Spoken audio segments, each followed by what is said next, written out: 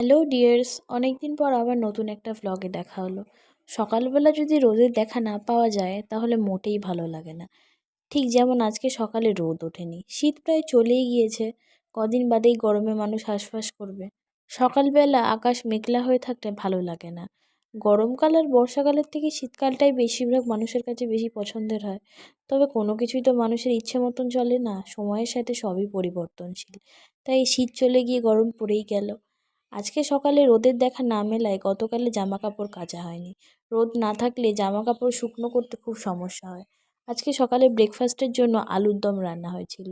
রুটি খেতে আমার মোটেই ভালো লাগে না, তাই আলুর দম দিয়ে মুড়ি খাওয়াতেই যেন আমার কাছে স্বর্গ। তবে তরকারি দিয়ে মুড়ি খাওয়ার আলাদা একটা ধরন আছে আমার কাছে।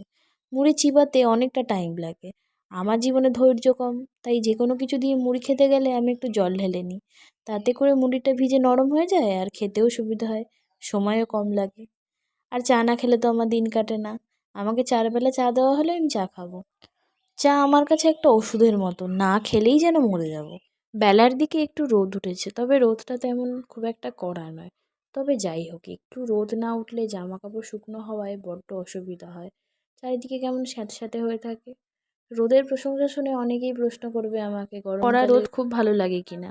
না, গরমকালের কড়া রোদ একদমই ভালো লাগে না।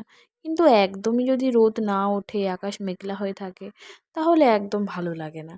আর একটা কথা বলতেই ভুলে যাচ্ছিলাম, কে কে যুবসাথীর টাকা পেলে কমেন্টে বলো। আমি কিন্তু এখনো পাইনি। অনেকেই শুনছি পাইনি, তবে কেউ যদি পেয়ে থাকো বলো।